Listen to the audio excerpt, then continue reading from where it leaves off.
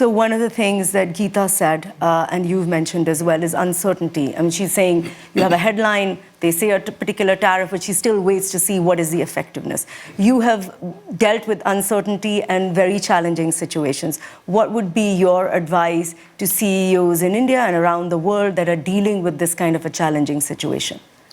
No, in the end, you have to make yourself stronger to get the best deal. I mean, we have seen how China was not pushed back by the US the way they wanted to, and they quickly backed off. We have to make ourselves big. I think one great advantage that we have is we are a market for everybody in the world. It's 1.5 billion consuming, hungry, young Indians taking more products, more services every day. It's also producing for the world now.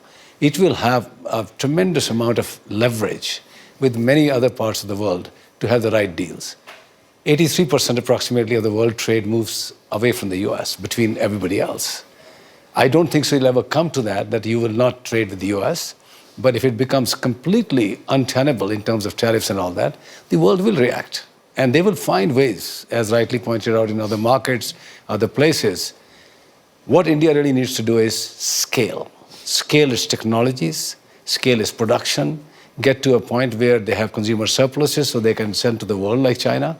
That will take some time. The good news is that India recognized very earlier on that this is time-consuming and capital-intensive. You have to build more roads, more ports, more airports, more railways. This would have taken 10, 15, 20 years and hundreds of billions of dollars. How did India mitigate this? They quickly recognized, I would say, credit to the government and the Prime Minister, get a digital highway in place of world order, the best. Provide enough energy to fire it, because there's no point having a digital highway with no energy.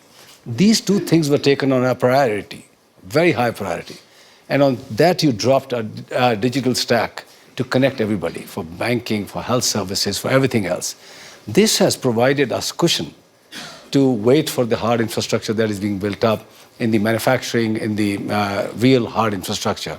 And you can see year after year after year, India is getting stronger. My own belief is eventually India will get a fair deal, even from the US. I remain confident.